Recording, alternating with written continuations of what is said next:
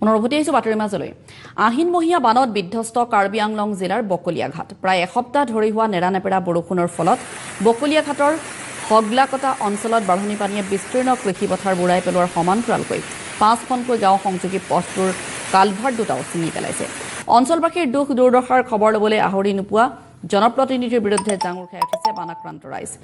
আগন্তুক নিৰ্বাচনত ভোট বৰ্জনৰো হুংকাৰ দিছে ভুক্তভোগী কয়াই আৰু এই সন্দৰ্ভত আমাৰ সাংবাদিক লম্বুদৰ বৰাৰ এক ৰিপৰ্ট আপোনালোকলৈ আগবঢ়াইছো মই বৰ্তমান উপস্থিত আছো কাৰ্বি আংলং জিলাৰ বকলিয়া ঘাট সোণপুৰা গাঁৱৰ এই হগলাকটা অঞ্চলত য'ত নেকি প্ৰায় 5-6খন গাঁৱৰ যাতায়াতৰ একমাত্ৰ মাধ্যম যিটো গাঁৱলীয়া পথ এই পথটো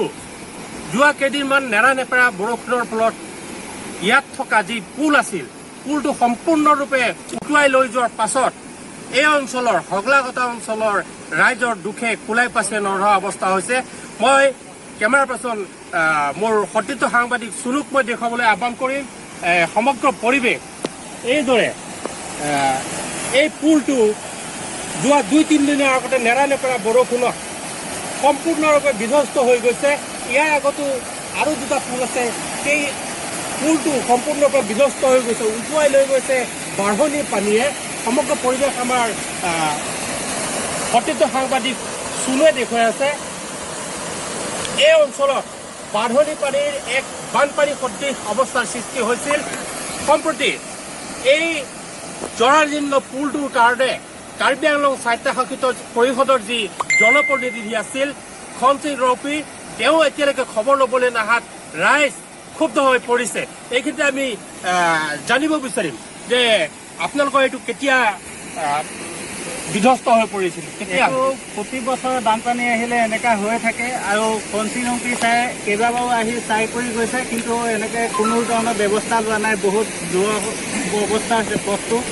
একদম মানে মানুহ অহা যোৱা কৰিব নোৱাৰে এডাল বাঁহৰ ওপৰেদি অহা যোৱা কৰিব লাগে বহুতখিনি 2-3খন মানে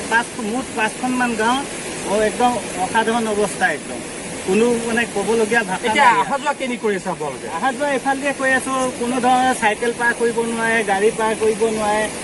মাইকী মানুহটো যাবই নোৱাৰে কেনেবাকৈ আমাৰ ইয়াত ফাৰ্মাচীত যাবলগীয়া হ'লে অকস্মাত ডক্তৰ যাবলগীয়া হ'লে বহুত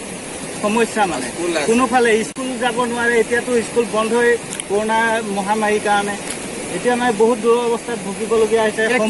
কি ক'ব চৰকাৰক কি ক'ব কাউন্সিলক কি ক'ব আপোনালোকে কি ক'ম মানে এতিয়া চৰকাৰে অকণমান কোনোমতে ব্যৱস্থা এটা কৰিলে নথৈ আমি অলপমান আশা প্ৰকাশ পাম আৰু হয় এই তেওঁ কৈছে যে কোনো ধৰণৰ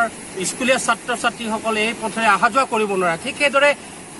অতিকৈ মুমূৰ্ষ ৰোগীকো হস্পিটেললৈ অনা নিয়া কৰাত যথেষ্ট অসুবিধাৰ সন্মুখীন হ'ব আমাৰ লগত আৰু এগৰাকী উপস্থিত হৈছে কি ক'ব আপুনি